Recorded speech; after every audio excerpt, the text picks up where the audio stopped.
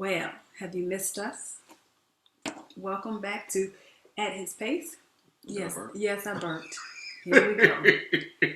So we have taken off most of the summer because we have just been terribly busy trying to keep our lives on a path. I don't know where we're going, but on some kind of path. And just the summer has been really busy for us, so we decided to take off. But now we're back. Really miss being here and Yes. being in this space. I do. I do as well.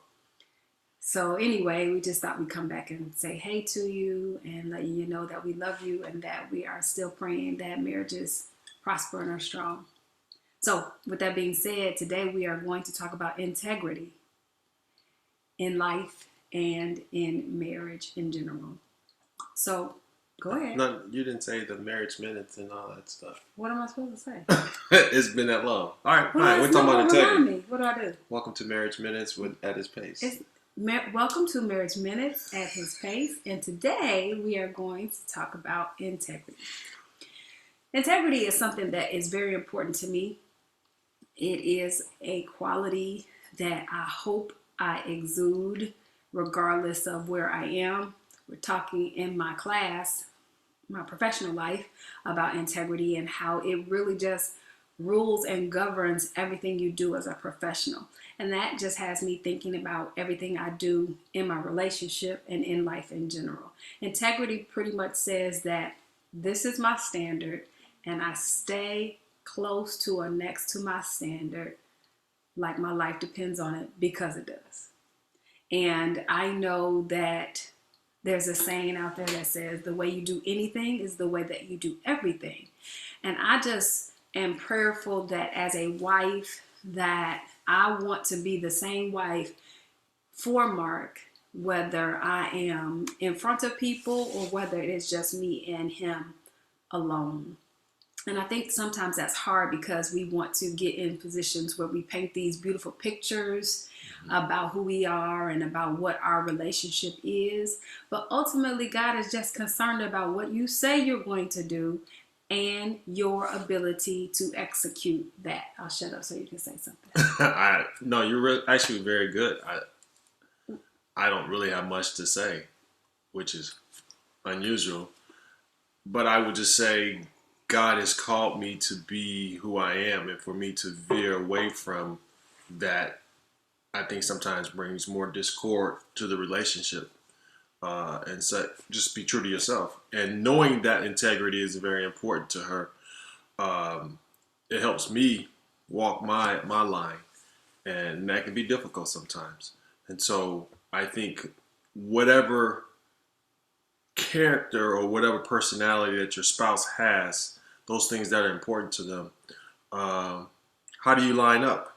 How do you do it? It's not easy. And I think the hard part about it is we're human, so we're going to fail. But how do you get back up and get back to where you should be? Yeah, I don't think having a standard of integrity means that you never fail. No. But I think that you always talk about intentions. And I think that your intentions have to be set to that mark. And again, I just think that integrity says that I am who I am regardless of who my audience is. If my audience is just my husband or just my child or just God himself, or if my audience is myself, am I the same person in front of me that I am in front of the masses? And if I'm not, then there's a problem. There's something that we need to take to the Father individually to work on. Because here's what I know.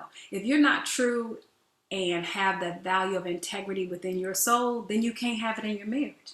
You can't have it in your life. You can't have it in your profession. You can't have it in any area of your life because integrity is it's a black and white. It's concrete. It's yes and no. And this is one thing I'll say that I know that I need a lot of work on. I've learned in my life that a hard no is a hard no.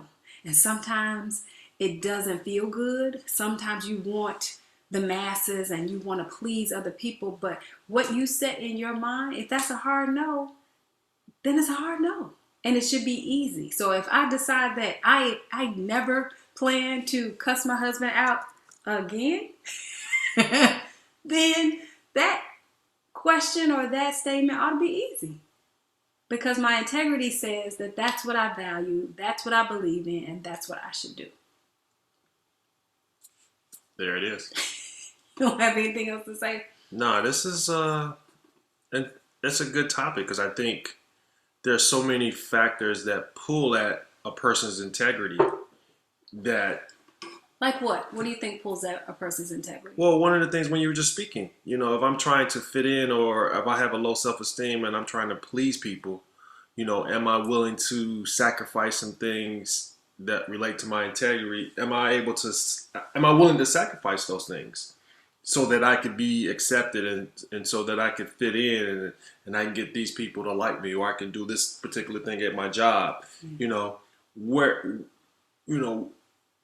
integrity has no blurred line. Yes. And so, I think it's more so of really truly understanding who you are as a person and what makes you bend and where those flaws are. We talked about baggage in one of our videos, but, sometimes our baggage will challenge our integrity, because we're trying to make up for lack or what we didn't have. And sometimes the line is blurred when it shouldn't be, but that's life. That's, I came across something, we always ask why something happened. And I think you shared this with me. We should change our why to what. What is God trying to teach me out of this? Too many times we take on the victim side of things versus looking at what can I learn from this situation.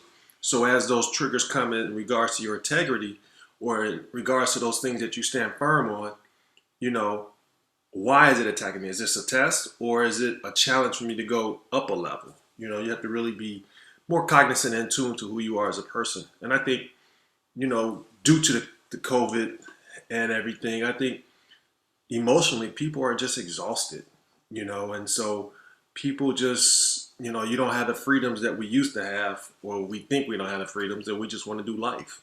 But what is doing life? Yeah. I love that you said that, and I think to bring all of this home to marriage, in the event that your integrity is in jeopardy, it's not a lost cause. You do have hope because the person who can set your integrity meter for you or the system that can set your integrity meter for you is your relationship with him. And I think that as you grow in your integrity and grow in your standards and your morals or your convictions about whatever, as you're getting closer to him, then that is going to help and support your marriage as well. So that's why this topic, even though it doesn't seem like it's about marriage, it really is. It really is. Yeah. And I'm done. And I'm done. So, what do we used to say? It's been so long. Thank you and God bless. Be well and be something. Be well and be blessed. Deuces.